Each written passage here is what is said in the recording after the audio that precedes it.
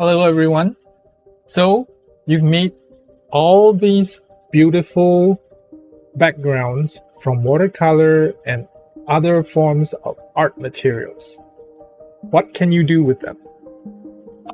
This is what we're going to find out in this video.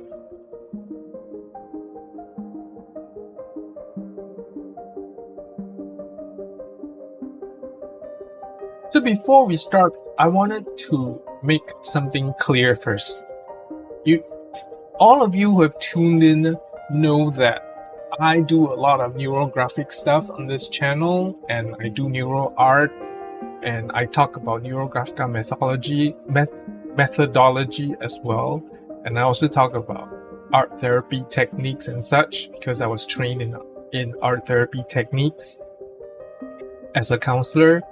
Now, I want to say that nothing I'm talking about today has anything to do with any of this stuff. Okay, so forget about neurographic art, forget about neurographica, forget about art therapy, forget about neurographica methodology. What we're focusing on is a drawing technique that would help you get through art block, help you creative block, and also help you to relax. Alright?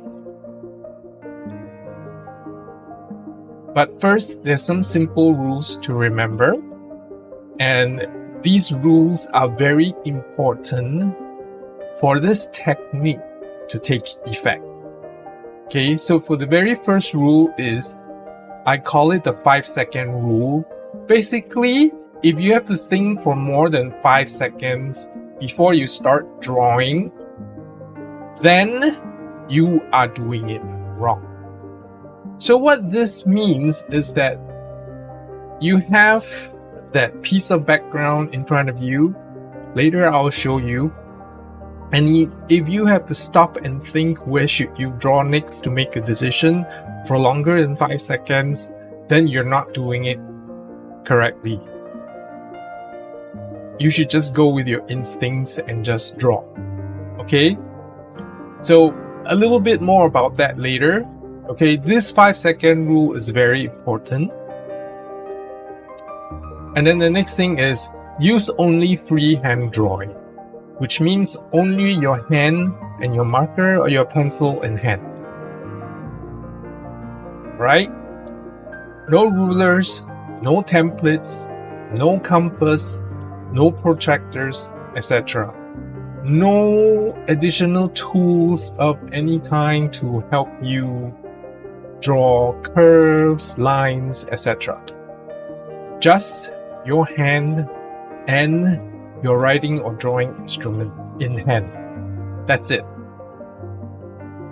Alright? So next, we will talk about the method of drawing, how this is done. So at first, when you have that piece of background in front of you, you want to look for identifiable shapes and draw them.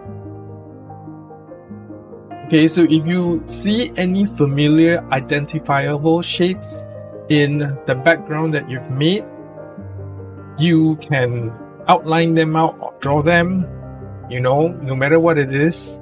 It could be something blurry that you can't really see for sure, and you say, oh, I see a cloud there, then please draw a cloud. Or you see a circle there, or if you see a dinosaur there, draw it. Or if you see a cat there, draw it out as you see it. Okay? And then the next method of drawing is you draw boundaries of the colors. So if you think that there's a boundary between this red and yellow or this blue and purple, draw it. You'll see later. Okay? So this is just like a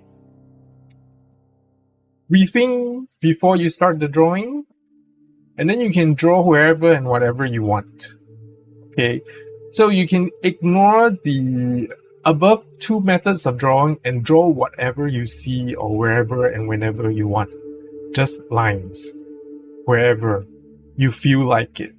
Okay? So even though I'm giving you these three methods of how to do your lines on this background that you've created, you don't have to follow any of them either. Just draw. So you can even turn it into neurographic art and draw neurographic lines wherever and whenever you want, or draw whatever drawing you want on the background. Okay, so but as I've said before, this technique that I'm teaching is a general technique. It's not anything specific. It's not anything specific, not even neurographica or neurographic art based. Okay, it's just a general drawing technique to help you through art block, creative block, and also can help you relax. Alright? So without talking more, let's get into the meat of everything.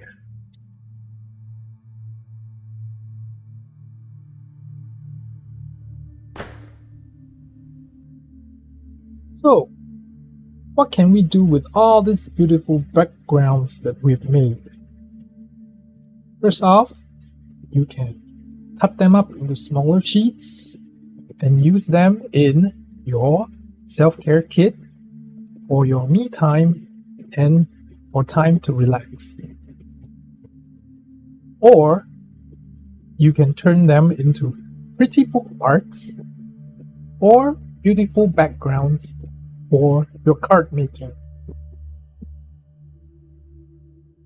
But this is not the reason we're here today.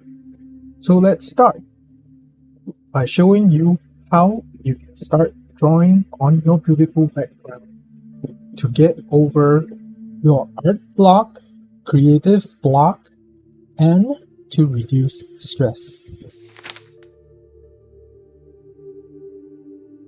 Okay, so before we start doing any drawing, I need to show you what you will need to use. So you will need a sheet of your beautiful background.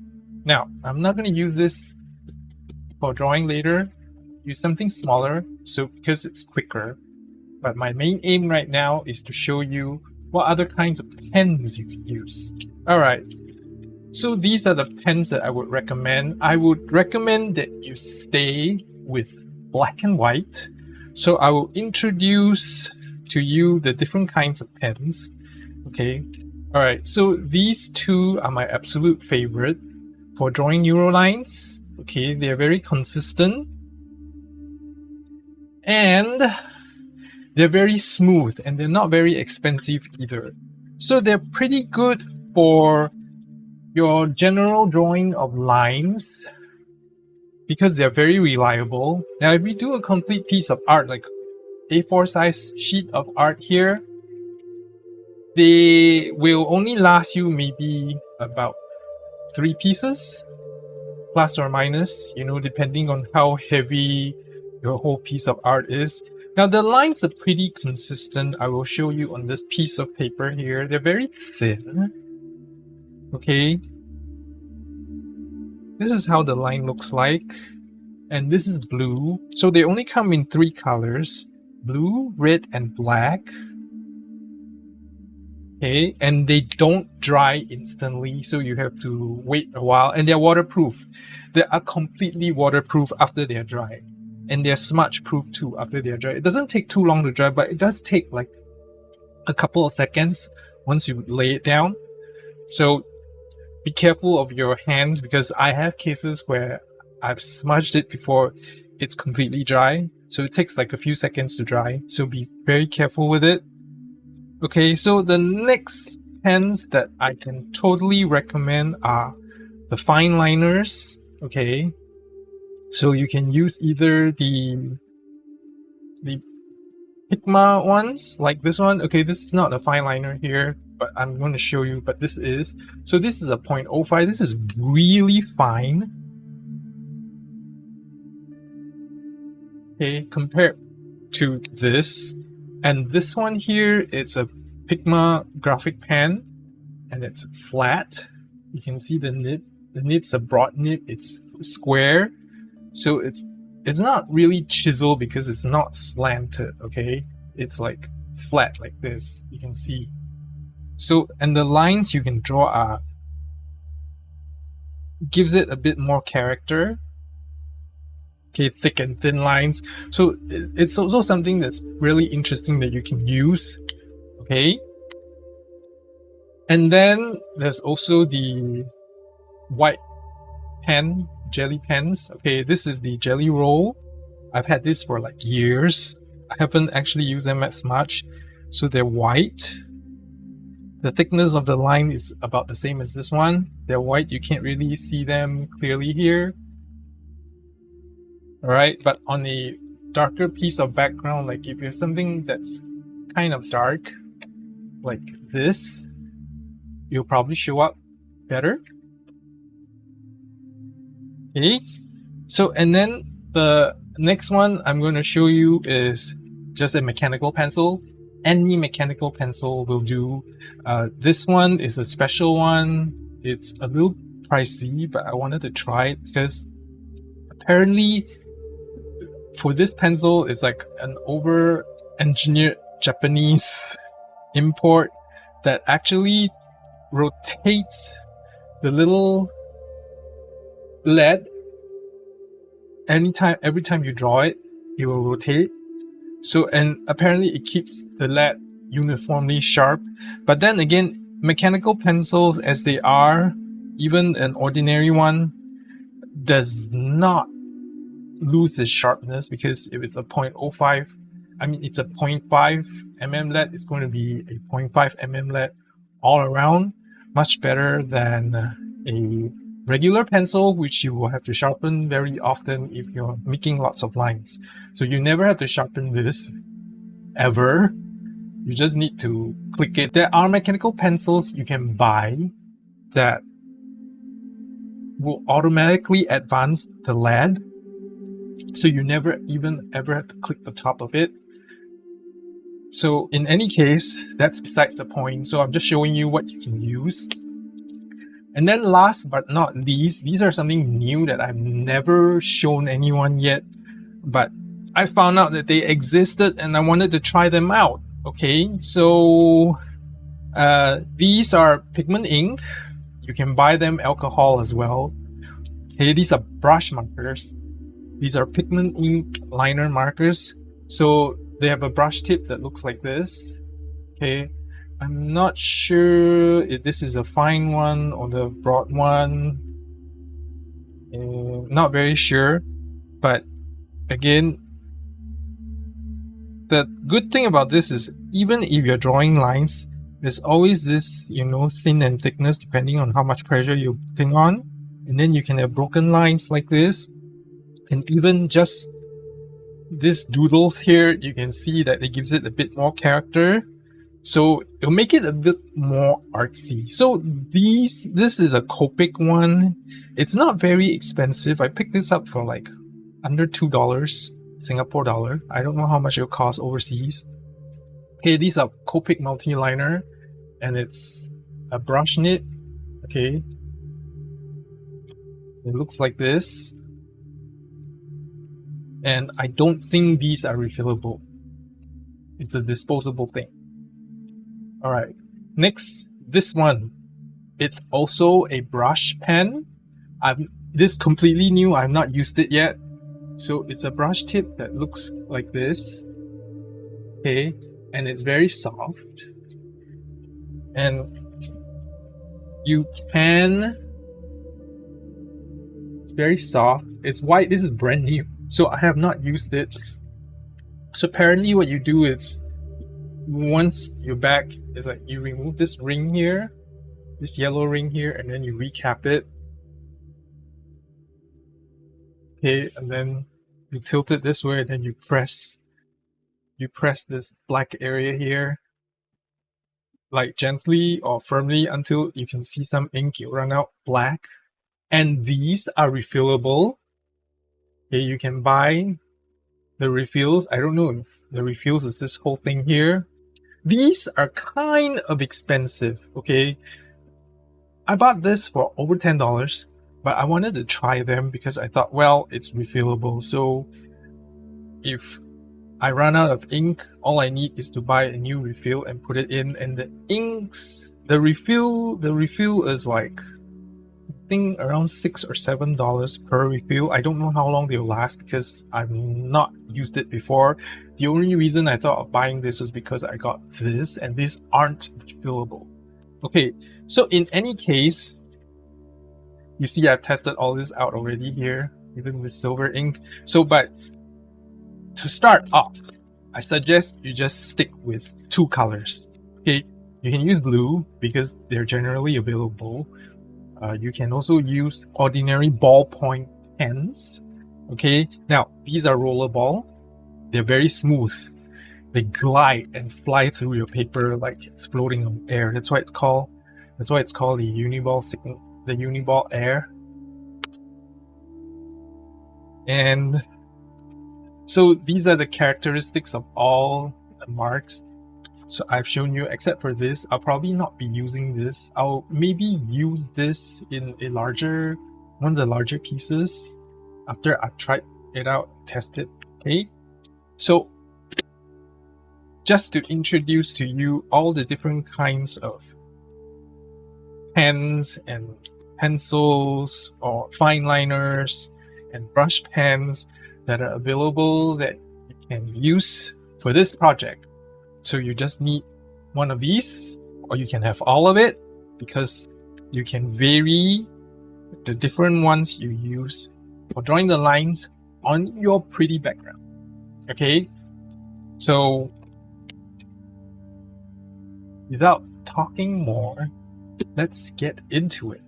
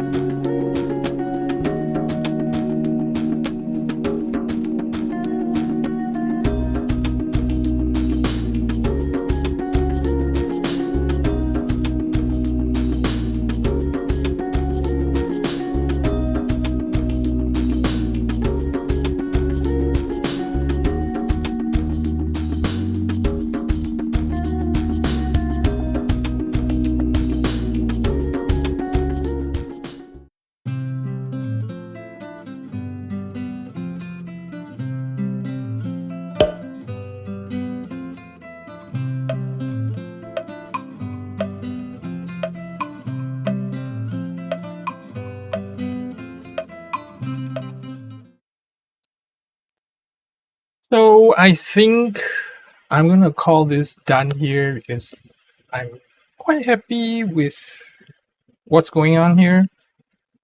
I didn't want to make it too crowded. I think it's already quite crowded and it's a really small piece. It's like a little card. So I think this is good enough. I'm happy with it.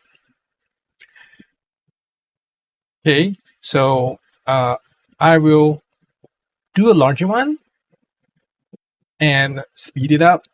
Well, I will speed this up. This is sped up a little bit so that you don't have to sit through like 30 minutes or 40 minutes. I don't know how long I took to get this done, but you don't have this is sped up so that you won't have to sit through 30 minutes of me just drawing this. It's just to show you how it should be done. So over here I've shown you what I did with all the color gradients. Like I actually tried to draw lines over the color gradients and did shapes and all that. So in the next one, I haven't decided which larger A4 size one I'm going to do yet. You will see. All right. So I will see you in a little bit.